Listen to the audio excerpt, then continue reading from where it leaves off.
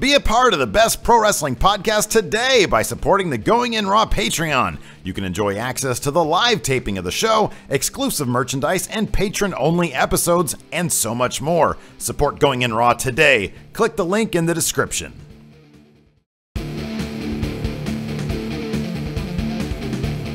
Hey, friendo, Steve here. And Larson. And welcome to Going In Raw, the dirt sheet. The only place you need to be going, man, for your pro wrestling news. We scour the dirt sheets, look at everything, and we put it all here in our show here on youtube.com/Steven Larson, and also available wherever fine podcasts are. Yeah. I don't know why. I feel so bloated right now from lunch. Yeah. Like I'm not like, this is not going to work for me. I feel like it should be nap time. That's honestly how I feel. I was up too. late watching a bunch of wrestling. Yeah. I had a heavy lunch. I'm tired. We're available right here at youtube.com/Steven Larson. Be sure to hit that subscribe button. Also available wherever fine podcasts are. And we're also on the Patreon at patreon.com/Steven Larson, where you can financially support the show. And in return, we give you a bunch of stuff. Yeah. We're also at Pro Wrestling Tees at prowrestlingtees.com/goinginraw. And today, starting today at noon, yeah, I think that would be Central Time, noon Central Time. I would imagine. Go to prowrestlingtees.com/goinginraw. There is a 20% off everything. Everything. We've recently got the Mecha Santa Congress under Mecha Santa shirt. How many designs do we have now? I've lost count. 8. A lot of designs. 8 solid designs. More Be sure to check those out right now. It's a 24-hour sale. Starts noon today, ends noon tomorrow. You know what? Maybe we shoot Dirt Sheet on Thursday. Maybe tonight I'll get a 9th design up. Oh man, we gotta get those. I know. Maybe I'll do a 10th one, so we'll have 10 designs up by tomorrow, and even 10 by the time that sale happens. Maybe like it takes them. Sometimes it's but like last time they had a sale and we tried to rush a design up. They got it up really quick. Yes, it was like within hours. So those guys over there at Pro Wrestling Tees, I think they're owned by like 1 Hour Tees. Yes. Yeah, they know what they're doing. Yes. Anyways, let's talk about some pro wrestling news. Kind of a thin news week, but there are some interesting tidbits out there. Of course. You know. There always is. So, number one, this is close to my heart. Alistair Black possibly going to have a short stint in NXT because the higher-ups are so high on Alistair Black. Yeah, so today, Thursday, Cage Side Seats had a little... blurb. Part of their rumor roundup. Yes, reporting the latest rumor about Alistair Black is that the WWE, as you mentioned, is very high on him and that he might not be in NXT for very long, saying more or less he's going to the main roster. I think he's been wrestling... he's been wrestling on Main Event. Yeah. Yeah. Yeah. For the Raw branded shows, I believe, during the European tour, right? Yeah, I think so, yeah. Yeah, and had at least one match against Neville and Austin Aries for the Cruiserweight title. Yeah. And then on the 8th, earlier this week, both Triple H and William Regal were interviewed by ESPN about NXT and some of the newer talents. And Alistair Black's name got brought up, and this is what they had to say about him. Steve, will you please read these quotes in the respective person's voice, please? Well, I'm glad you asked. So this is coming from William Regal. He says, "You see the ones with the real passion and desire, so I've just kept a tab on him for years. Then he started to really come into his own the last few years. His name was getting out there, and he was coming to America quite a bit and doing independent shows. We hooked up, and I just said, whenever you're ready, give me a call, that kind of thing. The next thing, he's given me a call. He was at a tryout. Triple H has seen him, and yeah, he's definitely got something that we're looking for." Then Triple H followed that up by saying, "Alistair Black is very talented. I think he's going to be a player." And then William Regal, Regal continued, "We look for a lot of things, but the number one thing that we look for, and if I suggest anybody to Paul, he will always say it, do they actually look like they can beat somebody?" No, do Regal impersonating right. Triple H. This is Regal impersonating Triple H. "Do they actually look like they can beat somebody up?" Pretty good. Anyways, Regal just says some of that just comes with time. Over time, your face hardens up and you just look more like a fighter. Alistair just fits that bill because that's what he is. He's a kickboxer. He's been through the walls a bit. You can just see life in his face. And that's very true. Yeah, oh, totally, man. He's got the best facha. He's got the best face, man. The overriding kind of theme of this ESPN article was talking about his Regal really loves him, and Triple H just says, "Yeah, I think he's good." Well, I mean, they spend about half the article talking about talents developed in-house, people that might have some sort of athletic background, would be amateur wrestling or NFL. football, Yeah. and then talking about talents like Alistair Black, who'd been on the independent circuit for 10 years, dozen years, something like that. So it's interesting. It seems the way they've been packaging Alistair Black on NXT, you can tell they have they think very highly of him. I mean, his packaging instantly, right out of the gate, is of a main event guy. His entrance, his theme, all that. They're setting him up for huge success on the main roster, it seems. However, if they're looking to push him through NXT quickly just because they really like him, I think that's a mistake. I think he needs to be there for a while, build his brand a bit more, develop his character a bit more, because while we've seen his entrance and it's great and his packaging is great and it infers a character, we don't know what it is. We still don't know. He hasn't said a word, which so far has worked great for him. He hasn't had to talk. He's been kicking everybody's butt. But at a certain point, we're going to need to learn more about his character. But I think more than that is just building the brand, getting the NXT title, having even just a short run with it, and then come up to main. Because by and large, the people that have come up to main without staying in NXT for a while, they really haven't found the success those who have had the NXT title have had, by and large. I'm going to disagree with you. Okay. I agree with you on that point. And look, I'll put it this way. I agree with you in that it's better to be safe than sorry. Yes. And there's nothing is harmed by him staying in NXT for a little bit longer. I totally agree with you on that. Absolutely. I mean, and honestly, NXT is my favorite hour of wrestling on TV, so I would love to see him be the showcase, the centerpiece of that. Yes. Absolutely. That being said, so we haven't really seen any promos from Alistair Black. Yes. So we really don't know in terms of verbally who his character is. Yes. But I think much in the same way as Shinsuke Nakamura, from his entrance and his matches, well, as I said, it's a unique situation with guys like him and Shinsuke. Like, for example, a guy like Roderick Strong. He's as sort of, I guess, white bread, vanilla, whatever you want to call it, as can be.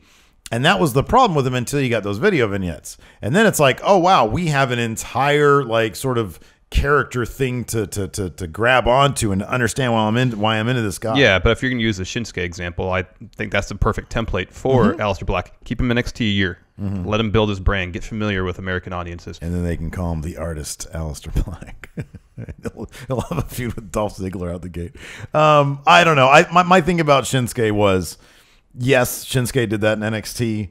I don't think he needed to, though. I really don't. Like, he had the match with Sami Zayn. That's all he kind of needed in NXT. And then he could have gone, and I think he would have been in the exact same spot. Well, I don't know if he would have been quite the exact same spot because, I mean, granted, he got a huge reception for his first match, but he developed such a huge following in NXT. I know. Shinsuke was arguably the most popular NXT wrestler to date.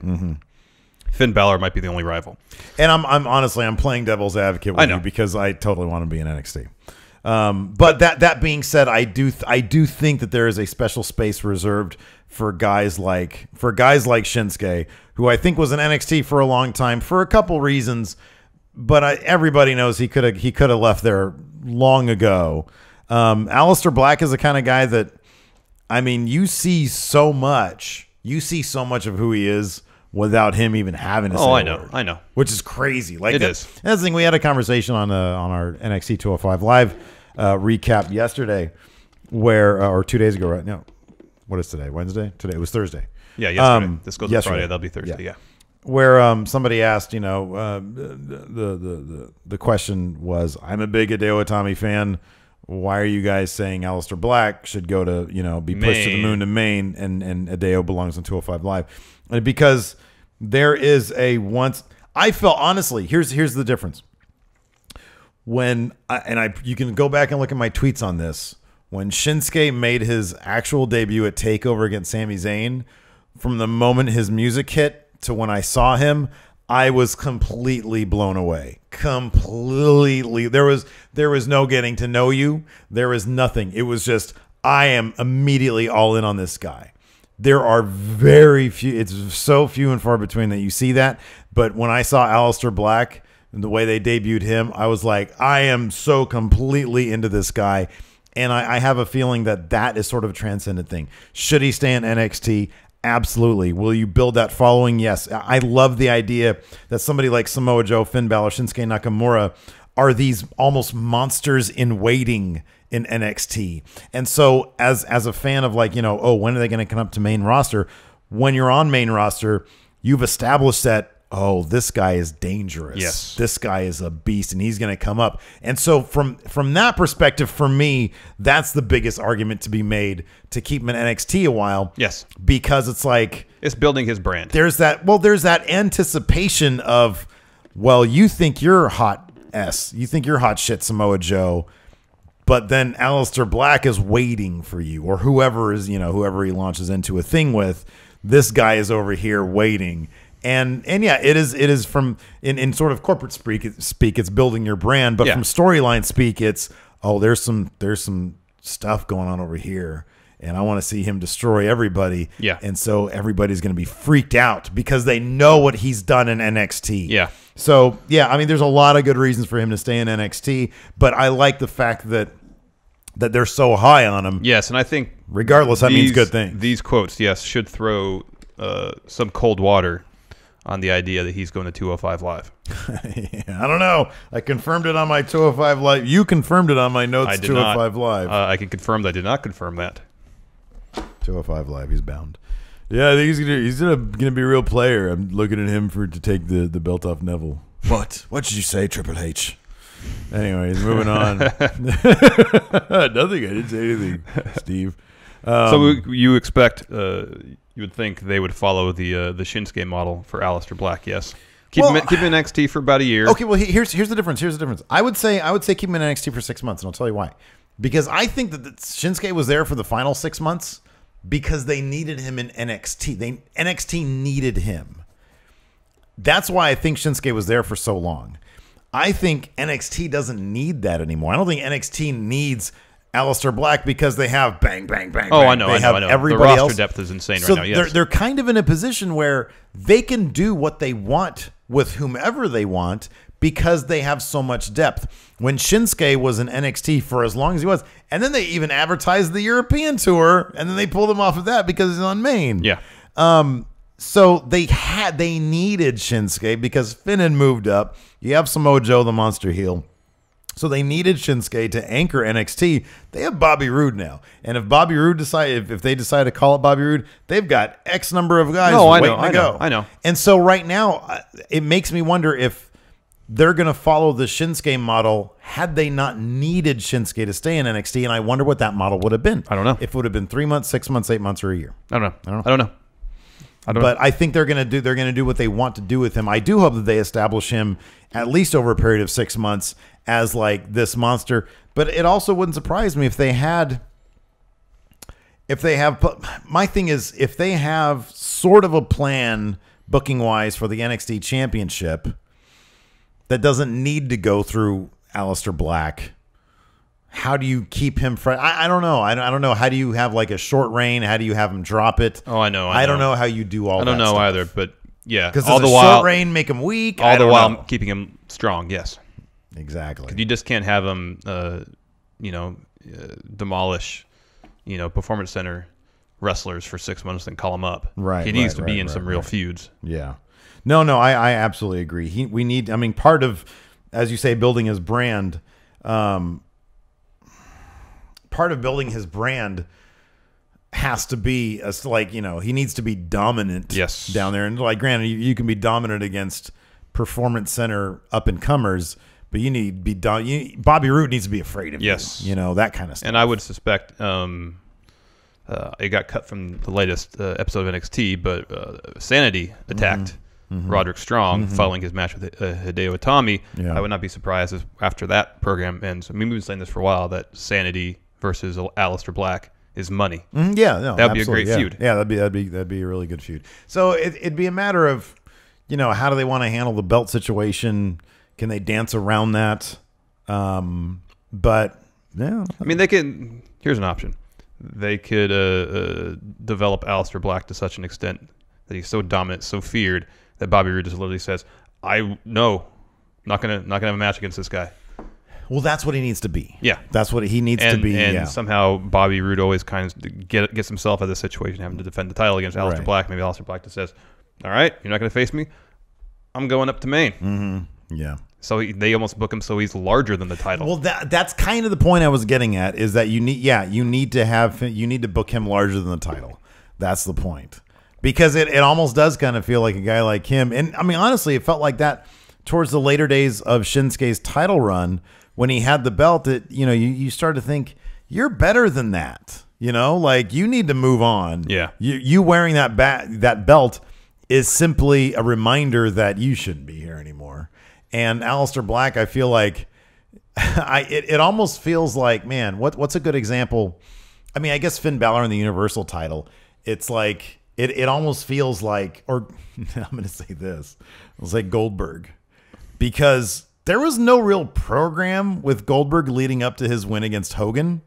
It was everybody was on board with Goldberg. He had won the United States title.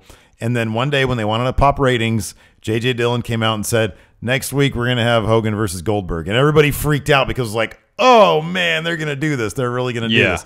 So it should maybe be something that's kind of out of nowhere. Like Bobby Roode maybe thinks he's completely gotten over everybody else or whatever the situation is. And then they announce, you know, next week you're going to take on, or the next takeover, you're going to take on Alistair Black. Alistair Black comes in, gives him one black mass, and he wins the title and he sits down. That to me is the perfect situation if you really want to build him into a monster. You know what I mean? And then he can, I don't know, get rid of the belt somehow, but not eat a pin. Yeah. I feel like he shouldn't be eating any pins. No. Definitely shouldn't be tapping out. No. So yeah, I don't know. We're obviously huge on him. Yes. Let's talk about politics, Larson. Okay. Let's dive into the non-controversial area of the U.S. political system. Well, specifically, we're going to talk about... Because things in politics are so boring these days. Nothing's really going on. Specifically,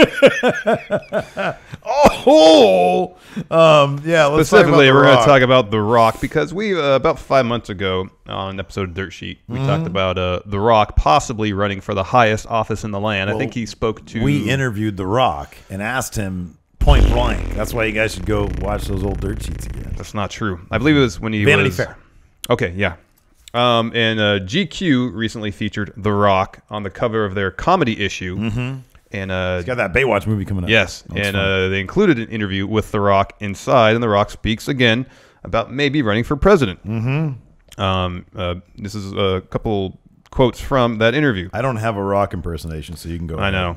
A year ago, this is quotes from The Rock. A year ago, it started coming up more and more. There was a real sense of earnestness, which made me go home and think, let me really think my answer and make sure I'm giving an answer that is truthful and also respectful. I didn't want to be flippant. We'll have 3 days off for a weekend, no taxes. You know, just pandering essentially. Yeah. The interviewer, which, by the way, the long weekend thing. I think a lot of countries in Europe do that. Yeah, I know. That's a great idea. Did you ever watch that Michael Moore documentary? There's a million. Yeah. The one where he was like touring like a bunch of countries and sort of stealing their ideas for different things. I got through about half of it because it was sort of like, okay, I get the point of this, and there's another 45 minutes left. But yeah, he went to, I don't know, I think France or something. And they have like, you know, they let you go for like 2 hours for lunch. They have like, you know, 30-minute work days, basically. Yeah. Basically. So anyways, I'm sorry. The author, or the interviewer, I guess, Katie Weaver, added, and this is followed by a quote from The Rock, quote, so after all that consideration, Johnson doesn't hesitate when I ask him whether he honestly might one day give up his life as the highest paid movie star on earth, which is unquestionably easier, more fun, and more lucrative than being president of the United States, in order to run for office. And The Rock says, I think it's a real possibility. And as Katie Weaver adds here, he says solemnly. Yeah, interesting. Solemnly. Interesting. He gave her the very serious eyes. Very good possibility. Rudy Poo candy ass. Let's see here. Then he said, The Rock continues, when asked how he thinks Trump is doing, he says, personally, I feel if I were president, poise would be important. This is all sorts of shade. Leadership would be important. Taking responsibility for everybody. If I didn't agree with someone on something, I wouldn't shut them out. I would actually include them. The first thing we'd do is we'd come and sit down. We'd talk about it. It's hard to categorize right now how I think he's doing, other than to tell you how I would operate. what I would like to see. So it's a diplomatic way of saying that Trump is not a good president. Exactly, yeah. He says, well, I can't tell you how I think he's doing, but I would like to give him a rock bottom. Stone Cold got to give him a stunner. Why can't I give him a rock bottom? Yes. Maybe a people's elbow. Yes. Yeah. So, Larson, I'm going to ask you right now, because in this country, you have to declare who you're voting for. Would you vote for The Rock? All ballots in this country are public. A lot of people don't know that. Kids don't know about that, about politics. Depending on his stance on issues important to me, I would consider it. Yeah, absolutely. I mean, I would prefer, granted, I would prefer someone with some experience in public office. Yeah, sure. But again, you know, considering, you know, I just know what my options were. I would say yes. I would definitely vote for him. Even if he said, I'm going to lock all Steves up. I'm like, really, Rock? Okay, I guess. Well, you know what? You're still The Rock.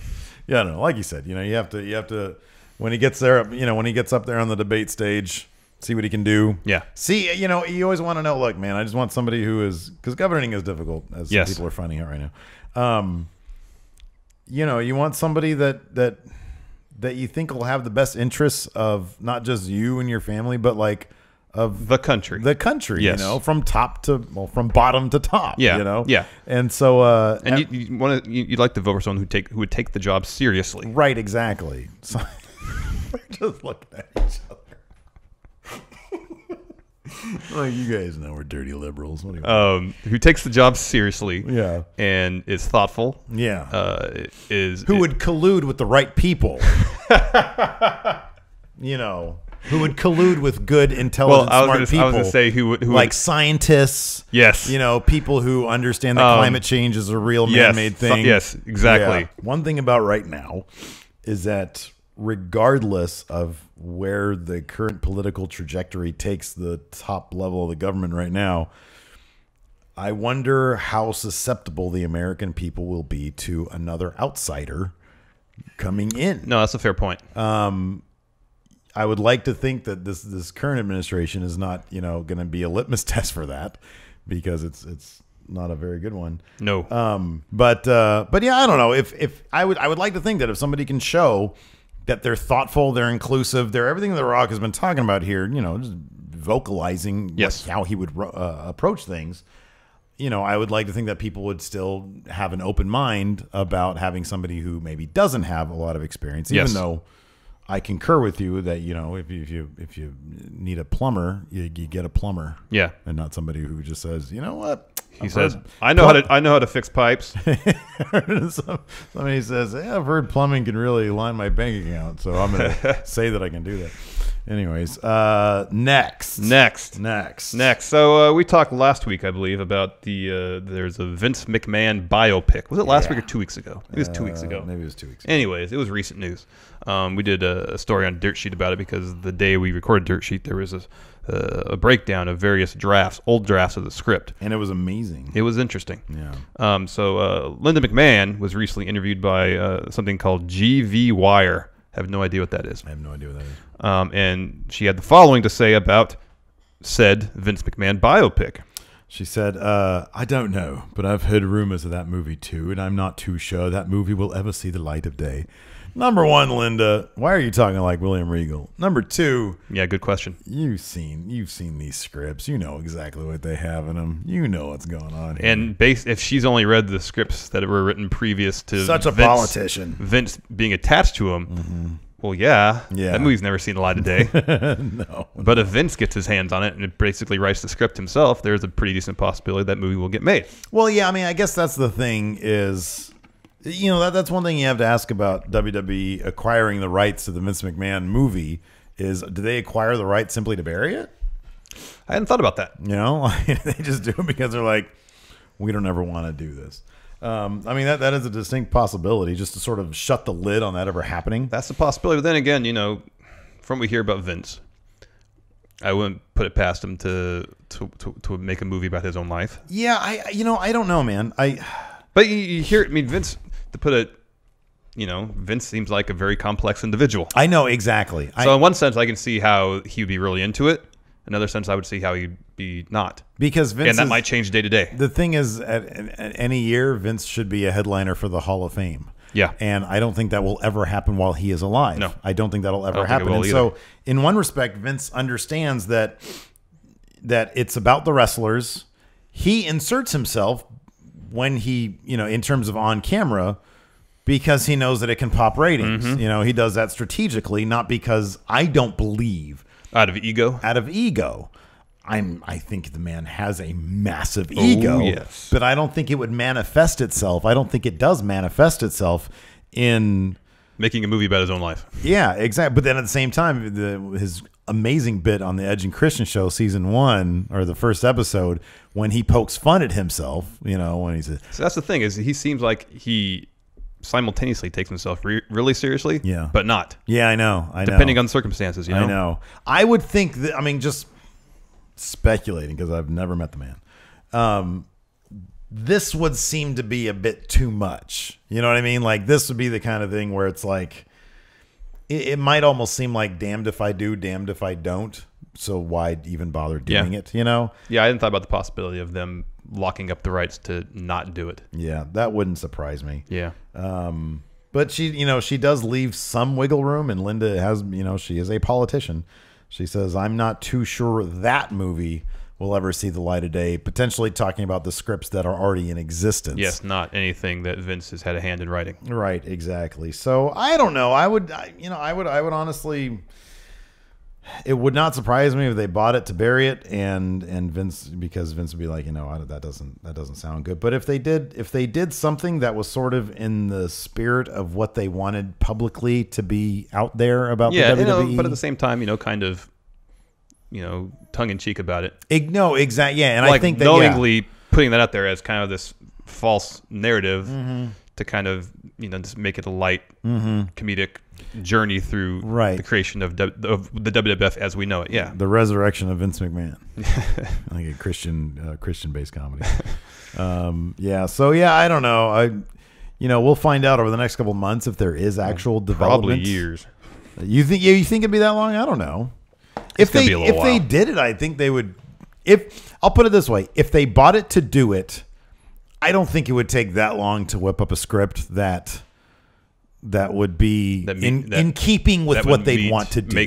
That would meet Vince's approval, essentially. Exactly. I mean, it's pretty cut and dry. Like, you can hammer out a script in a couple weeks and then forward it on, and Vince will read it and take a red marker to it, send it on back. I don't know. I mean, it all depends on how much verve he has for doing this. Yeah. If we haven't heard anything in 6 months, I'd think the project's dead. I'd think they bought it to bury it. Interesting. Yeah. Anyways, let's ask some questions. Answer some questions. You guys are asking questions.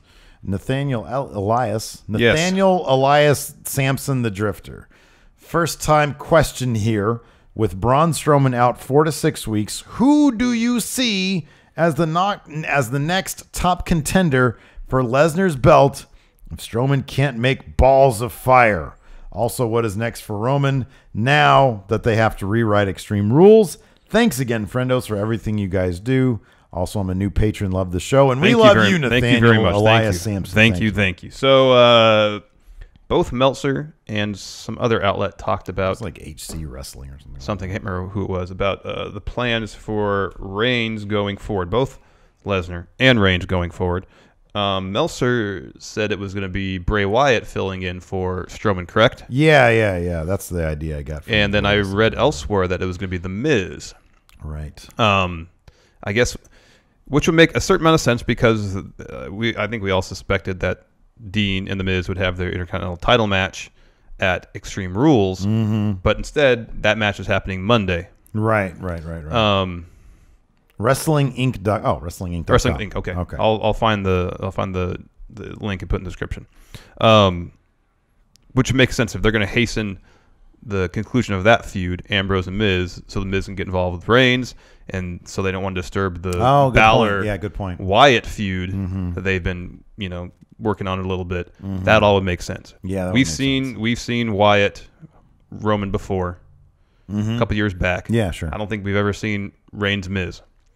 And The Miz, if he keeps doing his shoot-style promos, can probably do some come up with some interesting stuff on Roman. I would think that given how giddy Miz seemed to be at WrestleMania when he was getting the Ooh, I know. he's gonna be the giddiest man. I know, on the planet, getting a face pop, getting the massive face pop for speaking truth to Reigns as a heel. Yes, as a heel.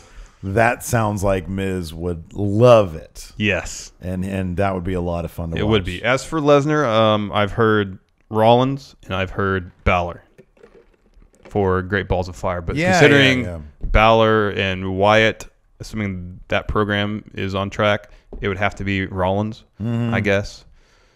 So we'll see how everything plays out between now and Extreme Rules between Rollins and Joe, if they quickly wrap up that feud. Yeah. So then by July for Great Balls of Fire, Rollins is available for a feud with Lesnar. Because I've spoken before about how Rollins, his place in the card is cemented. He's can eat a loss to Lesnar, fine, and it won't damage him at all. At this point, honestly, like anybody taking on Lesnar, a loss isn't going to hurt you. I know. I just for Balor, I feel like if it's Joe, for example, you don't really want to do that with Joe, right? No, I don't really feel like you want to do that with Balor either. Oh God, no. You don't do. But pretty much. No, you're right. Rollins can eat a loss and it's fine. He can put once you've had that title as long as Rollins did. Then you can totally do that. I would hope you can laugh off the loss based on their history together that Lesnar would be motivated to put on an interesting match with Rollins, and Rollins would. I think Rollins is generally motivated to put on good matches. Yeah. I wonder who is on Lesnar's list, because Lesnar seems to want the big marquee names. Yeah. And so I don't know. I would think he might. I don't think he would phone it in as much as he did with Ambrose, but I suspect he might still want to phone it in with Rollins. He would probably want somebody like, the list is so small at this point. I wonder if he thinks a feud with Strowman is a money feud. Strowman's bigger than Lesnar. I know. That might be like Lesnar might actually want to have some fun with that because Strowman's bigger than Lesnar. Mm-hmm. So, I don't know. I hope it's not Balor, man. Balor needs to be. I know it's going to be Reigns, but Balor needs to climb that mountain and, agree. And topple it. I agree. So I don't know. Reigns needs to get injured for a year and a half. It'd be so much more fun. I hate knowing what's gonna happen.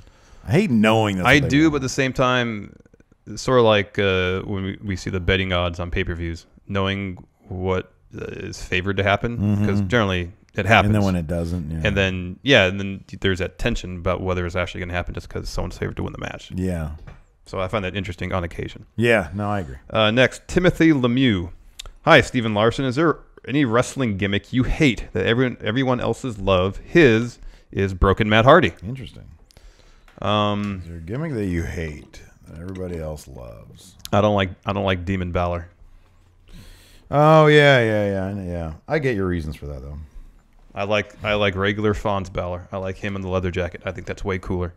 I don't know if this is a gimmick as much as it is kind of just dumb. But the lunatic fringe, Dean Ambrose. Well, that's his gimmick. He's the lunatic fringe. Yeah, but that sort of describes his personality. He's crazy. It's not really a gimmick. It just describes what his personality is. As the demon is a gimmick. That's Broken Matt Hardy describes his character. Yeah, but that's a very specific thing. He dresses a specific way. No, I know. Well, so does Dean. He wears jeans and that's just regular guy. And tank tops. No, that's just regular guy. That's literally just walking around the street. That's his gimmick. I'm trying to think of a gimmick that I hate that everyone else loves. I always look behind me. Let's see here. What's the gimmick I hate? And the Balor demon gimmick, I don't hate it. I just think it's unnecessary. It doesn't people are wowed by it, and it doesn't affect me in that way. Your point of it doesn't enhance him necessarily in any way. No, is an apt one. And then if that persona imbues him with more powers, part of it is that that aspect of his character is not really fleshed out well. Yeah. So if that's something he can turn on and off, why not have it on all the time? Yeah. If turning it on comes at a price, then explain that. Yeah. Give some more backstory to it. But it seems like for pay-per-view matches, he just makes a little bit more of a show of it. Yeah. But otherwise, it does nothing. His moveset's the same. His attitude seems to be about the same. I honestly can't think of one. I mean, my thing about Dean Ambrose is that he's just not crazy. No, he's not. You know, he's quirky. He's quirky. The Bulgarian Patreon, Naden Varbanov. Recent Patreon, waiting to get his first question answered. Well, congratulations, Naden. Yes, thank you. Getting it now, and thank you. What do you think will happen with Rusev after his return? He's coming back next week? Yes. He says, lose to Randy and go fight for the U.S. belt, or reunite with Jinder. Oh, I hope not. And maybe feud with him and turn face. Thanks. Here's what I'm guessing. He'll show up on SmackDown. He'll say, I want a title match. I want a title match. At Money in the Bank. And Shane says, well, this is a land of opportunity, so you have to earn your opportunity. You can be in the Money in the Bank match. Yeah. That's what's probably going to happen. Yeah, I agree. And then he's not going to win that. No, probably not. And then he'll be mad about it. But it'll be nice that Rusev is back. Oh, I'm so looking for Me too. Another reason to watch SmackDown Live. Ben says, has Bray Wyatt ever really had a good match? He had his WrestleMania match against Cena. It wasn't technically great, but it was good storytelling. Yeah. It was an interesting match, maybe a tad slow, but an interesting, well-told story. He had a couple decent matches with Dean Ambrose. He had a decent Hell in the Cell match with Roman Reigns. Yeah. He's had some enjoyable matches. Here's my thing about Bray Wyatt. I find his ring style, what he does in the ring, very enjoyable. I don't know if he's a guy that you can get like a 5-star match out of him, though. You know, not from a. I don't think he is from a purely wrestling standpoint. You can tell some really good stories with him, but I don't know if you can necessarily do that in tandem with, Okay, who's the awesome wrestling 5-star match machine? AJ Styles. Yeah. If AJ Styles took on Bray Wyatt in a 30-minute knockdown match, you think they can go 5 stars? Depends on the story being told. It's going to be like, oh my god, remember that match? Depends on the story being told. Yeah. Because I think if like the story that Wyatt and Cena told during the WrestleMania match, if that had been against AJ, that could have been a really phenomenal match. Yeah, you're probably right. I like that you just said phenomenal. Let's see here. Tweener Jack. Yes. Hey, friendos. First-time question asker. Love your work. Thank you. With great balls of fire coming in the not-so-distant future, what are some of your guys' favorite and least favorite pay-per-view names of all time? He would say Halloween Havoc is the best and Fully Loaded being the worst. Some of the least favorite. I like that Halloween Havoc is one of his favorites. There's a lot of WCW ones that had really bad names. Wild Thing. Yeah. I still don't even know what a Starcade is. Who came? Dusty probably came up with that one. That was a Dusty. Living. I got a good idea. This is the it's Arcade. This is the late 70s, early 80s. And Star. When was the first Arcade? 86? 83, I think. Oh, listen up, baby. I just watched this movie called Return of the Jedi. And listen up. What does that do with an arcade? Star. It's in the stars. It's all set in the stars. Yeah. And so I also, when I was waiting to go into the movie, I went to play some video games at the arcade, and it got me thinking Star sounds like arcade. Starcade. That's why I called it. And we're going to call it a Flair for the Gold, because Ric Flair is going to be fighting for the gold. I guessed 83, and I guess I was right. You guess good, baby. How do you feel about Sold Out, the NWO one? Love it. That's great. Are you kidding me? That's fantastic. How do you not love that? The name's okay. The whole idea behind it is pretty lame. Well, it's like you're selling your soul. No, not the name. The pay-per-view. The NWO had their own pay-per-view. Oh, no, I love that. I thought that was good. Kevin Nash had it right, man. They should have had everything, like NWO should have had its own company. But here's the thing. Would the NWO just fight each other then? Yeah. They'd have their own storylines. I have no idea. It makes no sense. It makes zero sense. That's what I'm saying. It doesn't make any sense. Well, it would all be, every match would be a finger poke of doom. And it would all be 50-50 booking. Yeah, but I know, so no one really goes over. But if NWO is going to be treated as its own brand, then the NWO would have to fight the NWO, right? Well, yeah. But that's the thing. No, that's the thing, though. It's its own brand, but they would just all do finger pokes of doom. 50-50 booking. Doesn't make any sense. Listen, baby. This is good. I'm going to say Sold Out because the entire premise of it is dumb. Yeah, but the name, he's asking for names. Name's fine. But I'm going to say the name suffers because of the whole premise of the show. I hate like generic names like Backlash, Payback. But you like No Mercy. No Mercy. No, I like singing No Mercy. Yeah. I don't really care about the name. I don't actually. Well, you know what I like about the name is that it's the name of a video game. Mayhem. Warzone. No, that was the name of the show. Yeah. The second hour of Raw. Yeah. Anyways, let's see here. The cold water Larson champ AJ Benzaken. My question is, what aspect of kayfabe makes your blood boil the most? For me, it's when the illogicality goes to a point of absurdity and you wish you could scream at the TV. Thanks, and keep up the work. For me, it's when I've said this before. It's when somebody goes for a pin, and then the guy getting pinned stares at the ref. Mm-hmm. Like, just understand, okay, 1, 2, now kick up. Yeah. That I don't like. Whenever I see somebody go and kick out because they can feel the beat, Yeah. then I know they're a pro. Yeah. No, I agree with that. I agree. The Shit Twins advocate, Alexander Corrente. The rumor is Owens and Shinsuke will fight for the U.S. belt soon. Do you want to see that or see the King of Strong Style go after the world title? Look, man, Kevin Owens, one of the best wrestlers on the planet. I would love to see him and Shinsuke face off. They had some matches in Ring of Honor. Mm-hmm. There's that great GIF online of Kevin Owens trying to, like, running on the apron, the ring apron, and then trying to do a cannonball or whatever it is. Yeah, I don't know, on the Shinsuke, and Shinsuke just casually saunters out of the way. Casually moves out of the way. Yeah, it's really good. So yeah, I'm looking forward to a Shinsuke Owens feud. I think that'd be really good. Oh, yeah, absolutely. Absolutely. Alex Griperis. Every time I see the black mask, it looks even more impressive. Agreed.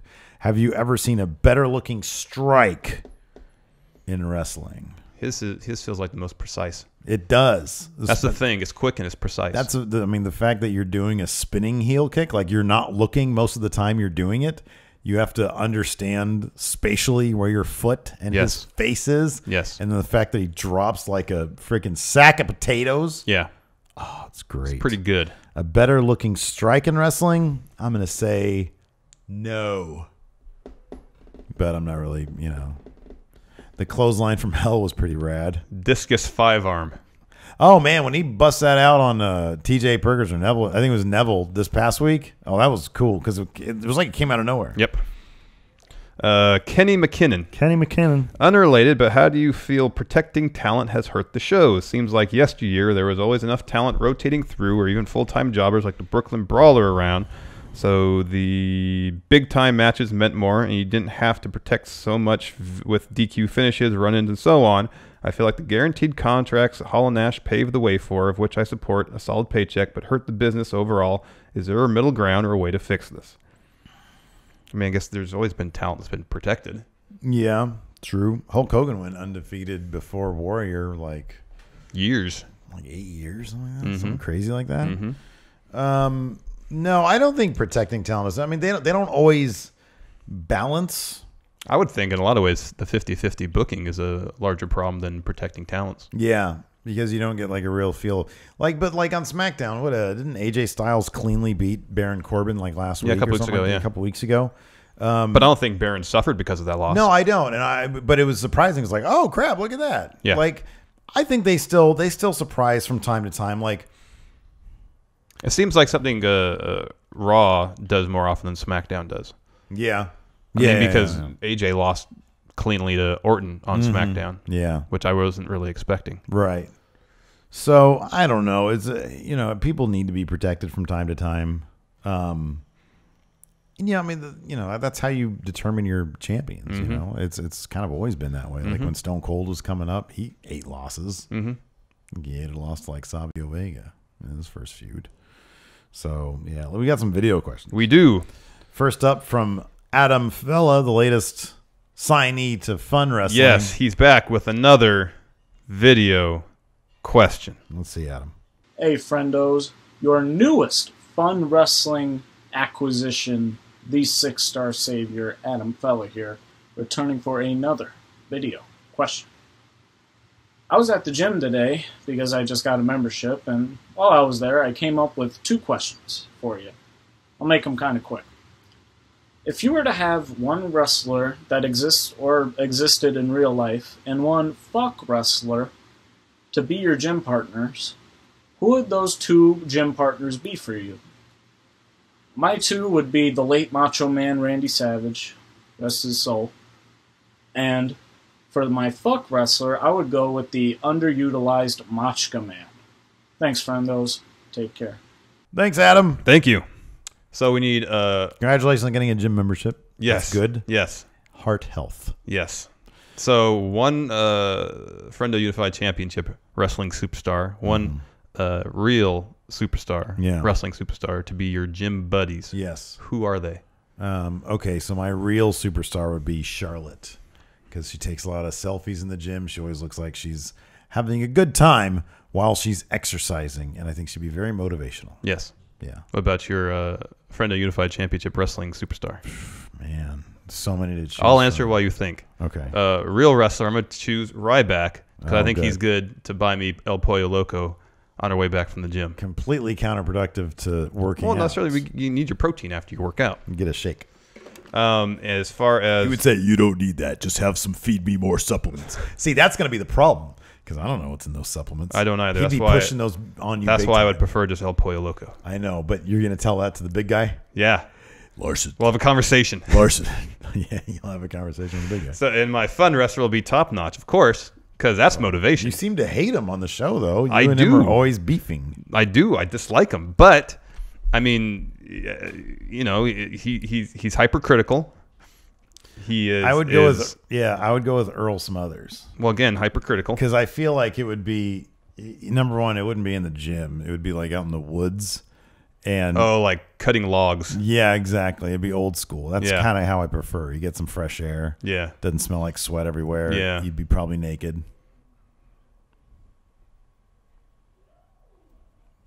Michael Berry has a question. We'll see what Michael Berry has to say. Yes. What's going on, friendos? It's your HR department, Michael Berry. And after listening to your guys' podcast about wrestling movies that should happen, I went and saw the Paul Heyman documentary and ECW Rising. And I was wondering, because you guys don't talk about it too much, who were some of your guys' favorite ECW originals? Mine would have to be RVD, Sabu, Sandman. But would love to hear you guys. Thank you, Michael Berry. Thank you. So, Steve, your favorite ECW originals? Rob Van Dam, obviously. Yeah, RVD. Like, I remember, I distinctly remember watching him wrestle for the first time. We moved to LA, turned on the TV, and like on KTLA or something like that. He was doing things that we had never seen before. I didn't even understand that they were possible to do in wrestling. So RVD would probably be number one answer. Yeah. I also really love Shane Douglas. Yeah. He was great. Yeah. Because he was just, I don't know, he was the heel that I thought was awesome. Yeah. Thought he was cool. How about you? RVD. Yeah. Sandman was also so cool, though. Yeah. Yeah. Because you could tell he couldn't wrestle. Yeah. Tommy Dreamer. Oh, he was good. Yeah. He was really good. And then the Dudleys were always fun. Yeah. They were so crude. Oh, yeah. It was great. CJ Reebley has a question. Let's see what CJ has to say. Hey, friendo, CJ here. So, my kids are still a little too young to be fans of wrestling, but whenever I watch, they actually started picking out favorites. My 7-year-old is a big Stone Cold fan. Loves Stone Cold because he watched me play the showcase in WWE2K16. My daughter recently, because of the Hall of Fame showcase, is actually a big fan of Sting now, she tells me. I know, Steve, you have stepkids who are old enough. Are they fans? And whether they're fans or not, what are their favorites? Larson, I'm pretty sure your kids, like mine, are a little too young to decide that. Anyway, talk to you guys later. Thank you, CJ. Thank you, CJ. This is more a question directed towards you. Yeah. So, answer. Me and the niece, I take her to wrestling shows. Well, I've taken her to 2. And then we watch, I always text her. I'm like, hey, because she lives with me. You want to watch NXT? And then she like rolls in. She'll watch half of it. We've been talking about doing live NXT reaction shows on my channel, YouTube MF Steve here. Yes. However, I do have a 2-year-old, and I watch wrestling in front of her, and she enjoys it. And whenever something crazy happens, she goes, huh. So, I mean, obviously, I'm going to have to let her know. She doesn't I don't think she gets crazy. Like, sometimes she'll chop me. Like, we'll be laying around and she'll start chopping me. But Interesting. I think that's just more like I'm messing with dad right now. I don't think she's getting that from the TV. No. What about you, your kids? They don't really watch it much. Mm-hmm, yeah. No. And near as I can tell, they don't have any favorites. Okay.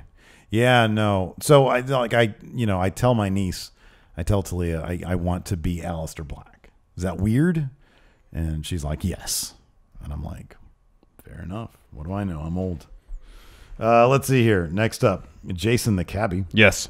Good morning, gentlemen. It's Jason the Cabbie coming off of a long, strange shift, so I'll try to keep this short. So for the second week in a row, the network shows have been more entertaining than the televised ones. And we did kind of get our wish to see what 205 would look like in front of a crowd that was into it. Although for some strange reason, they seem to have been muting the crowd at certain points and just bringing them up for chance for Austin Aries, Jack Gallagher, etc. So that aside, NXT is shaping out to be great like it usually is. What could you see as potential future dream matches using current featured NXT talent versus current main roster talent? Me personally, I would like to see Cassius Ohno or Drew Galloway maybe against someone like Brock or another big star like that. Alistair Black versus Shinsuke could be a pretty sweet match. And maybe Hideo taking on Neville, or somewhere along the cruiserweight line. And I'm just going to cut this off now before I get too fried out on a long night. Take care. Thank you, Jason the Cabbie. Jason the Cabbie. So dream matches Jason. between. Question for Jason. Okay. So you're a cab driver because he's a cabbie. Yeah. He's wearing a shirt that says, what did it say? Thank you and fuck you. It looked like that was the case. Yes. Is that an appropriate attire to wear when you're shuttling customers around? Who knows? If you got into a cab and the guy had a shirt on that said F word you, what would you think about that? Would you feel put off? Not necessarily. Yeah. Would you? No. I would be like, you know what? This guy, he knows the score. Okay. Yeah. Do you want to answer his question? Yeah, sure. Dream match between current NXT. Well, Shinsuke versus Alistair Black. Oh, yeah. Dream match. That's up there. That's number one. Number one for you? Number one. Who should Bobby Roode? Yeah, I was just thinking of Bobby Roode. A face Bobby Roode versus an authority heel Triple H. Yeah. That's what I want to see. Yeah. Because I firmly believe Bobby Roode, his gimmick is simply corporate Triple H. Pretty much. It's Paul Levesque. Yeah, it pretty much is. Yeah. Those are good. Yeah. Patrick Sparks has a video question. Let's see what Patrick Sparks has to say. Hey friendos, Pat here. So, I was reading an article earlier from PW Insider. I believe it was Court Bauer from MLW Radio who reported that Vince wasn't at Payback, Raw, or SmackDown last week because he's trying to slow things down on himself. And obviously Vince is getting old, so maybe all this work that Vince puts on himself is taking a toll on him. Do you think he's going to continue to drop his workload any, or do you think he's just going to work himself crazy, mad, and possibly to death? What do you guys think? Thanks, friendos. Thank you, Patrick. Thanks, Patrick. So yeah, there were reports that Vince didn't make the West Coast shows, at least Payback, Raw, and SmackDown, I believe, when they were in San Jose, Sacramento, and Fresno, respectively. Mm-hmm. So who knows if that was just kind of a one-time deal? You just need to take a break, or if this is going to be an ongoing thing where he takes shows off here and there. Speculate. I would honestly think that they have so many fires burning right now. Is that the right phrase? They have so much going on. Yeah. He's probably juggling so much that the day-to-day minutia of the shows is starting to take a back seat. And I don't think it has to do with like him wanting to take less of a workload. I honestly just think that he's got too much going on in the corporate world to justify being on the road full time. Yeah. Yeah. I mean, they just had their quarterly financial call thing. I mean, who knows if he had to be dealing with that stuff. I mean, I know there's cell phones and stuff. I mean, I would imagine he's probably good at knowing how he can best be utilized. Mm-hmm. And, you've got capable people running these shows. Yeah. You know, if he wakes up and wants to make a booking decision, which according to betting odds and then what happened on the show was the case with might have been the case. The Bliss Bailey match. Yeah, you know, just wake up, text Paul Levesque. Where is he? But I think it was just this last week in the middle of the European tour. I think on one day the WWE had like 5 or 6 shows going on one day. Mm-hmm. They had 2 shows in Europe, 2 NXT shows, and I guess something else. Mm-hmm. That's insane. Yeah. Maybe they had 3 shows in Europe. Yeah, there's no need for Vince to be. He doesn't have to, be there for everything. Yeah. So I don't know. So long as he's there for the script review and whatnot. Right. And if he changes his mind on something, he can just call someone. I'm sure they can make the adjustments. It's like a different business these days, man. It's so expansive. Yeah, I know. There's so much going on. I know. Let's see here. Zach Parks has a question. We'll see what Zach has to say. G'day, friendos. It's the Down Undertaker, Zach Parks here with my first ever video question. Quickly, I just want to thank Stephen Larson, you guys. I've been watching you from the 10 for the Win days, and back then I was pretty young. I was early teens when I started watching you guys. I'm turning 20 this year now, and over the last year, your podcast has really helped me regain my love for wrestling. So for that, I thank you guys. Anyway, into my question. So the world has somehow given us exactly what we wanted. WWE has come to their senses and finally let us have WWE interacting with other brands, such as Ring of Honor, New Japan, stuff like that. So there is going to be a pay-per-view where it's WWE versus the world, where it's open invitation for anyone. So I want you guys to book 3 matches and also name the pay-per-view that would be WWE versus the world. First match, champion from WWE versus champion from any other brand around the world, such as New Japan, Ring of Honor, Impact, anything like that. Number 2, tag team match. Doesn't have to be champions from any different thing, but WWE tag team versus any other brand's tag team. And number 3 is just a dream match. So anybody in WWE versus anybody in any other brand come together for one special night. So that's my question. Let me know what you guys think. Cheers, friendos, and I'll catch you later. Thank you, Zach. Thank you, Zach. So good WWE, good to see new faces. Yes, WWE versus the world. We need to name this pay-per-view, Steve. We need 3 matches: a world title match, a tag match, and then just a dream match. Well, relating back to Patrick Sparks' question, if Vince does retire or, whatever, if he's no longer in charge of like the entire enchilada, I could see this as a possible, like WWE putting on collaborative efforts. Yeah, they used to do that. Maybe, yeah. I could possibly see that, maybe. So this is not out of the question. AJ Styles versus Kenny Omega. That's your dream match. Probably. Yeah, that's a good one. Yeah. What about a tag match? Young Bucks. Oh my goodness. Versus the Revival. Obviously, the Revival. And then a world title match would be Okada versus Lesnar. Wow. Oh man. Wow. Wowie, yeah.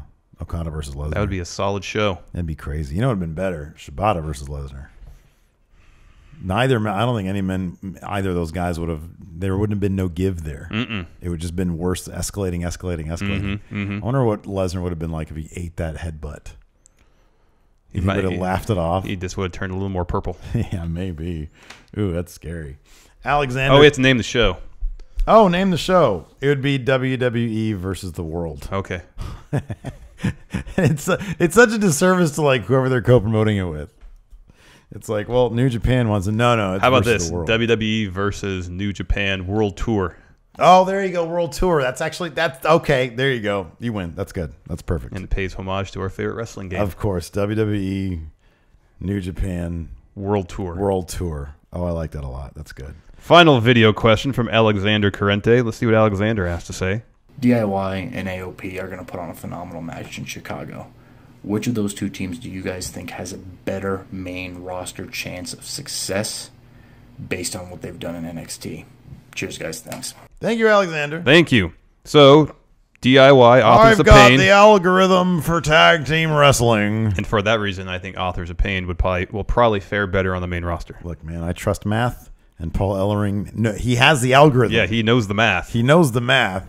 For me, it's Authors of Pain simply because look, I'm a massive fan of DIY. Yes. I love them. They are fantastic. They put on a great match, or a good match, with Moss and Sabatelli on NXT. Yeah, I know. Exactly. It was a surprisingly fun match. Exactly. But the Authors of Pain are such a dominant force. I would love to see, like, everybody would start like rotating around them. They would be the center of the tag team universe. Yeah. And it would be fantastic. Yes. I think it'd be so much fun. Yeah, agreed. Yeah, that'd be great.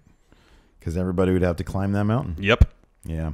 Anyways, that's it for Dirt Sheet. Check out this weekend the channel. We've got a count out episode. Yep. But then on Sunday, are we doing it on Sunday? Sure. Sunday, we're going to start doing old pay-per-view reviews. So watch WCW New Blood Rising. Yes. It's got the Judy Bagwell on a forklift match, and I've got a whole bucket load of notes here to talk about this show. I too have notes. Should be a lot of fun. Check that out. We're trying some new stuff here on the channel. We hope you join us for the ride. Until next time, we'll talk to you guys later. Bye.